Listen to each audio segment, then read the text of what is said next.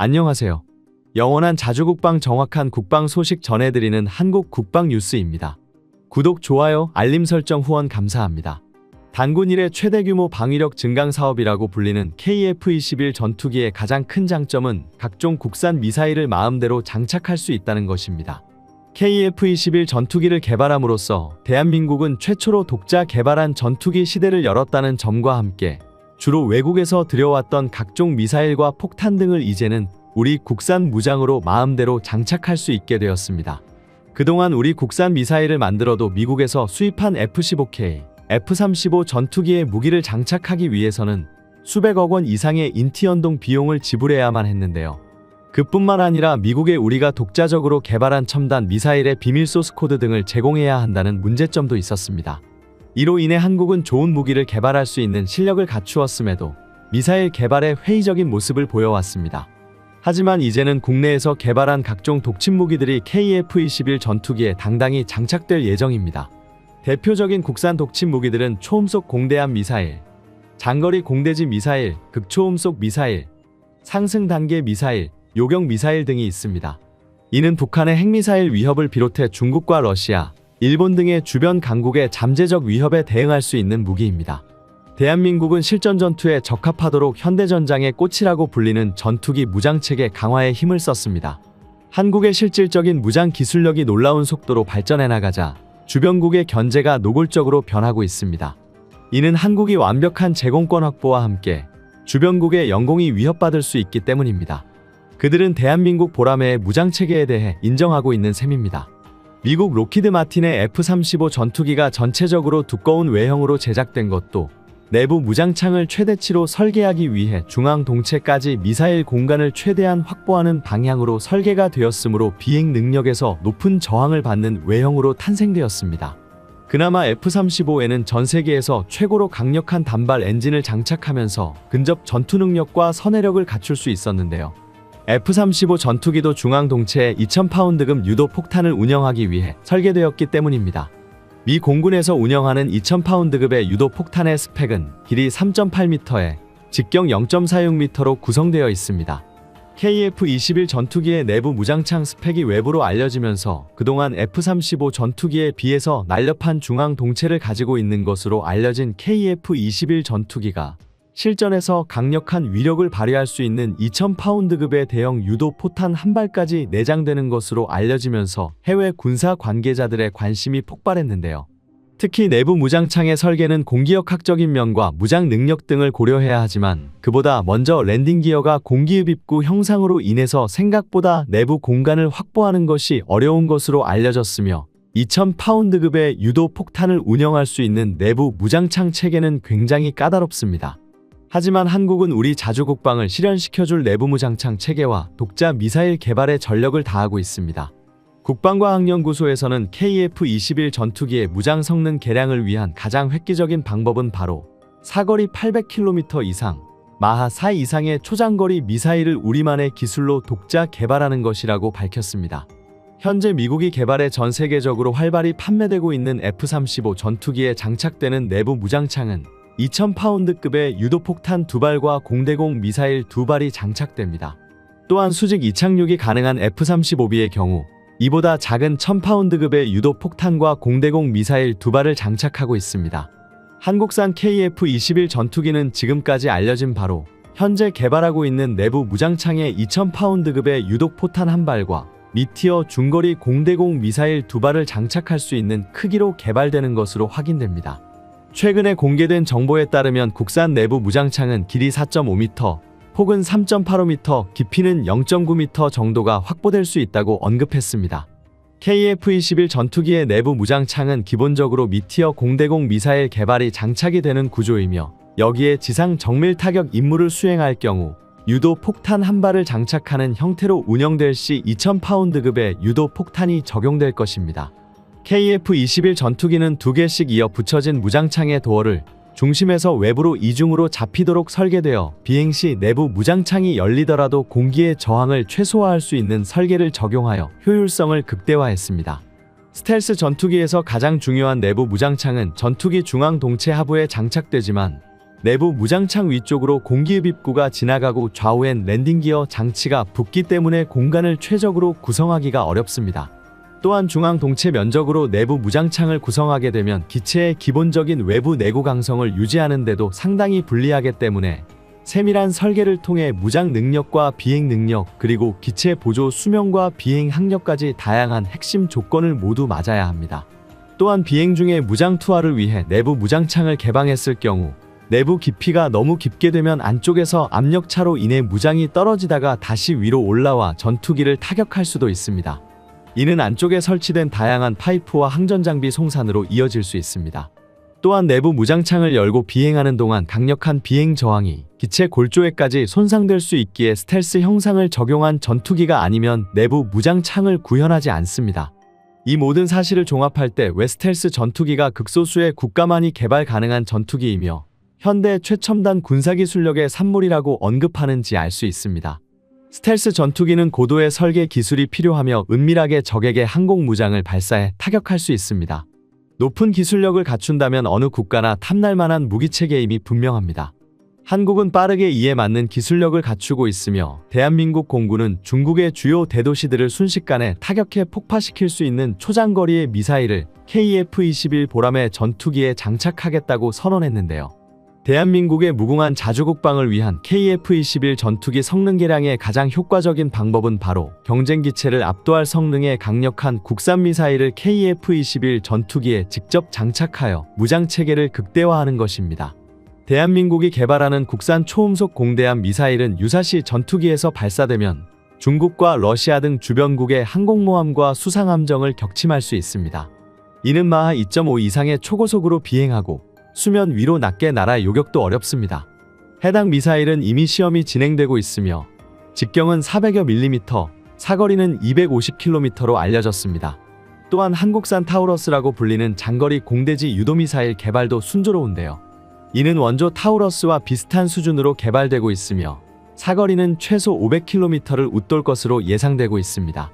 이로써 한국 대전상공에서 출격한 KF-21 전투기가 즉시 북한 평양을 향해 정밀 타격을 할 수 있는 공대지 공격 능력을 갖추게 되었습니다. 대한민국은 공대지 능력 이전의 공대공 미사일 능력에 심혈을 기울이고 있습니다.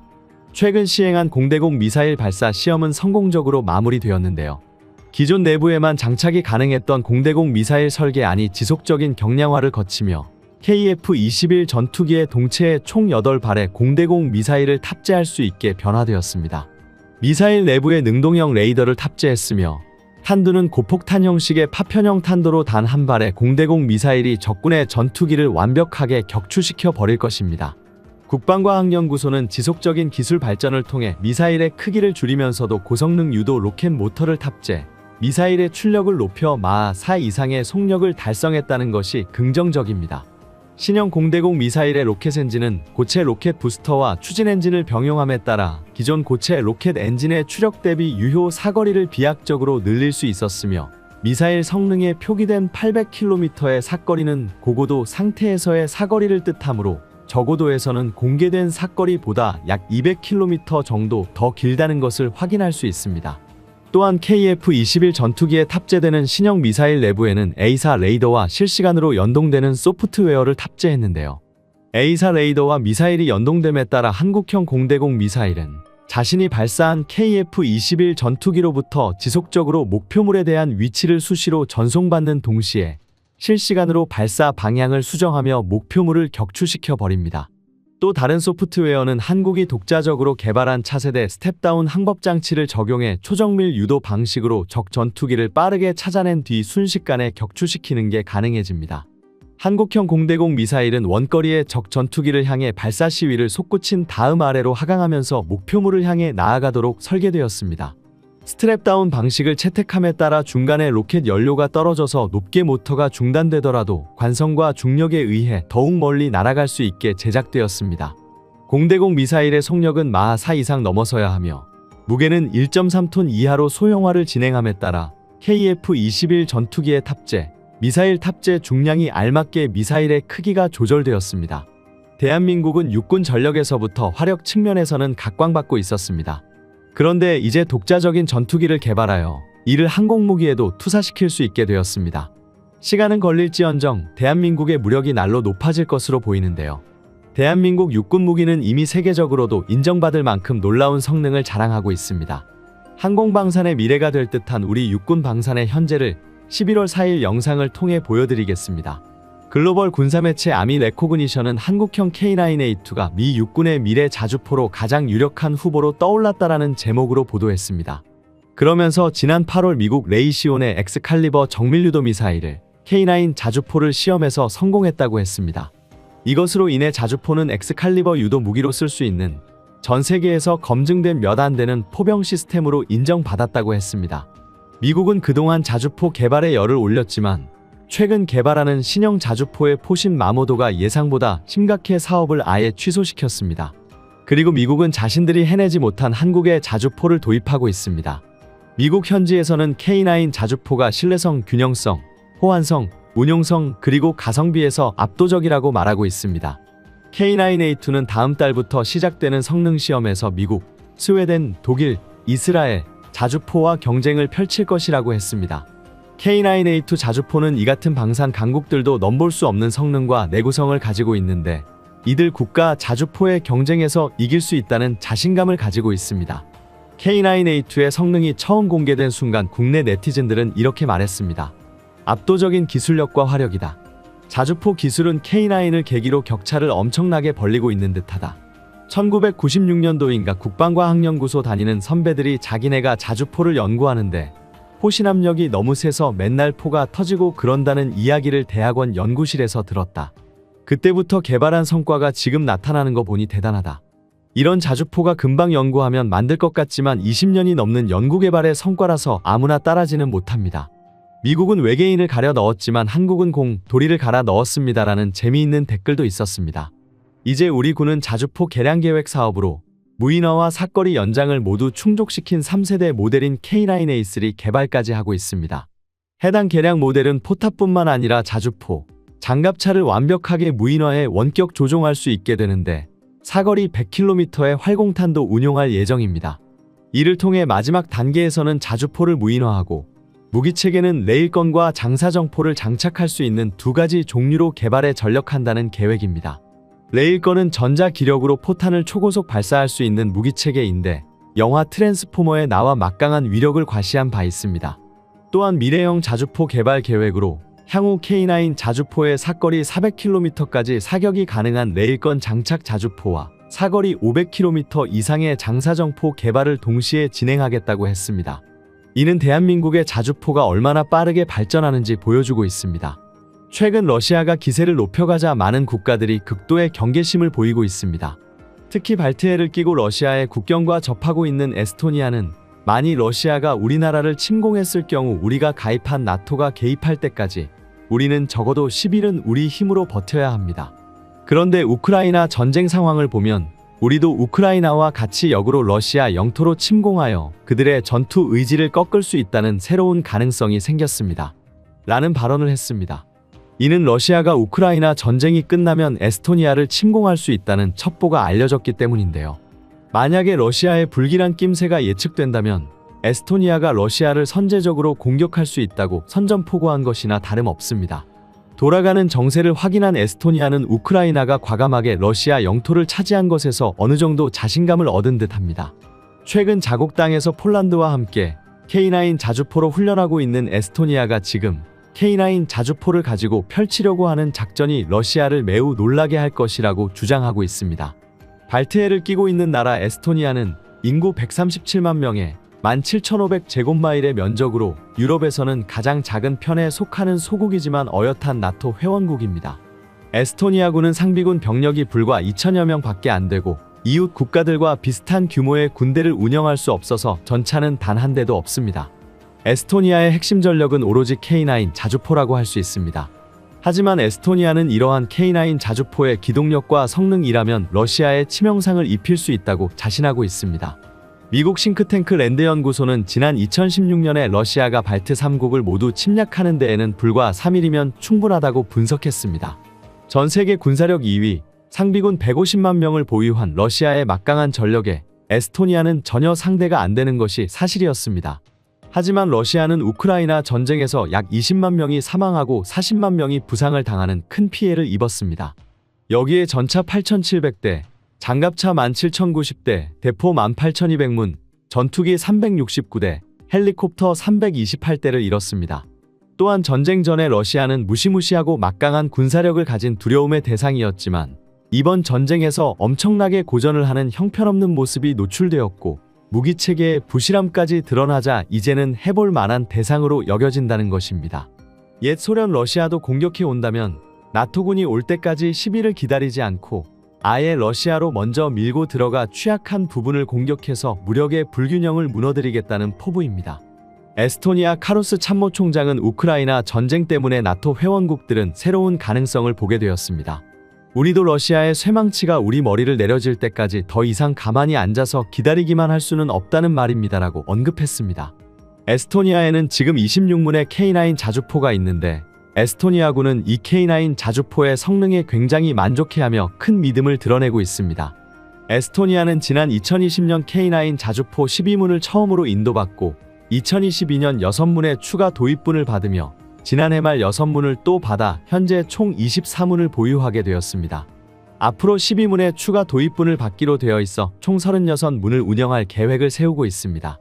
또한 에스토니아는 도입한 K9을 자국의 환경에 맞게 성능 개량과 개조하며 더욱 K9에 대한 믿음을 보여주었습니다. 한국 K9에 열광하는 국가는 또 있습니다. 루마니아 자주포 사업은 갑작스럽게 시작되었었지만 막힘없이 추진되어 이례적으로 빠른 속도로 도입이 결정되었습니다. 루마니아가 계약한 K9 자주포 도입은 9억 2천만 달러 규모로 루마니아의 최근 7년 동안 묵디 도입 사업 중 최대 규모이며 지난 4월 양국 정상회담으로 추동력을 받아 이루어진 성과입니다. 이번 루마니아 K9 자주포 도입 결정은 폴란드에 이어 유럽에서 K방산의 영역을 확장하는 계기가 될 것입니다. 양 장관은 지난 4월 양국 정상회담을 계기로 서명한 한 루마니아 국방협력협정을 토대로 군사교육 훈련, 스포츠 문화, 정보 경험 교류, 방산 과학기술 등 다양한 분야에서 실질적 협력 사업들을 구체화해 추진해 나가기로 합의했습니다. 특히 틀버르 장관 역시 루마니아가 한국의 K9 자주포를 도입하기로 최종 결정했다고 공개하고 신원식 장관은 감사의 뜻을 밝혔습니다.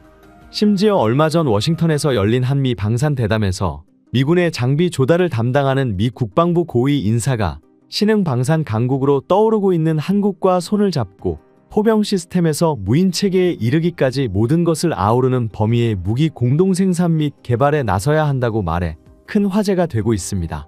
우크라이나 전쟁으로 혼자 힘으로 모든 전쟁을 감당할 수 없다는 교훈을 얻은 미국은 중국을 견제하기 위해 인도 태평양 지역의 동맹국과 군사공동생산협정을 맺기 위해 노력하고 있습니다.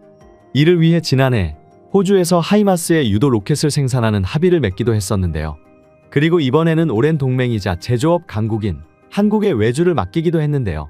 미 육군 획득 책임자 더그 부시 차관보는 지역 갈등 상황에서 멀리 떨어진 미국의 공급망에 의존하기보다 믿을 수 있는 동맹국들과 함께 일을 진행하는 것이 중요하다며 미 육군을 위한 헬리콥터, 지상전투 차량, 포병 시스템과 같은 전통적인 무기를 한국 내에서 공동 생산하거나 구입하는 것이 매우 합리적일 수 있다고 말했습니다.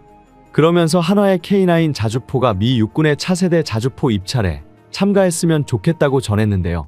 부시 차관보는 155mm 52 구경장 자주포인 K9은 매우 발전된 시스템으로 자동장전 기능까지 있어 어떤 면에선 우리 포병 시스템보다 발전되어 있다고 말하며 한국의 포탄 생산 능력은 매우 중요하다고 강조했죠. K9 자주포의 발전형인 K9A2나 K9A3의 미국 수출을 기대해 볼 수도 있습니다. 그리고 지난번 영국 자주포 사업에서 K9의 미국 진출의 가능성을 엿보기도 했었습니다. 당시 미국 최대 방산기업인 로키드 마틴이 먼저 한화에게 손을 내밀어 K9의 수출을 위한 팀 썬더에 합류했습니다. 그렇기에 로키드 마틴에서도 완전 자동화 장전 시스템을 도입하여 성능을 한층 더 끌어올린 K9A2가 영국 자주포 사업에서 승리할 것이라 확신했었죠. 비록 독일과 영국의 정치적 합의로 인해 테스트도 못해보고 탈락했지만 미국 방산업계 한국 자주포의 가능성을 확실히 보여줄 수 있는 계기가 되었습니다. 로키드 마틴이 이번 미국 자주포 사업에 있어서도 든든한 아군이 되어줄 거라 기대해 볼 수 있습니다. 한편 이번에 발표된 포병 전력 순위에서 미국은 충격의 3위를 기록했습니다. 세계 최강이라는 타이틀을 놓치지 않았던 미국으로서는 이례적인 결과였죠. 이는 미국이 전 세계에 군사력을 투사하기 위해 수송이 어려운 포병보다 공군에 더 많은 투자를 해왔기 때문인데요. 하지만 우크라이나 전쟁으로 인해 21세기에도 전장에서 이는 결국 포병이라는 사실이 드러나며 미군 역시 60년 넘게 운용하고 있는 팔라딘을 대체할 자주포가 필요하다는 목소리가 높아지고 있습니다. 사실 미국 역시 차세대 자주포 개발에 완전히 손을 놓고 있었던 것도 아니었습니다. 이전부터 차세대 자주포 XM2001 크루세이더를 개발하고 있었습니다. 이 XM2001 자주포는 미국에서 만드는 만큼 각종 최첨단 기술이 적용되었는데요. 자동화 시스템이 도입되어 분당 최대 12발을 사격할 수 있는 세계 최강의 자주포가 될 예정이었습니다. 하지만 국방정책의 변화와 시제품에서 발견된 결함으로 인해 결국 올해 초 개발이 취소되고 말았습니다.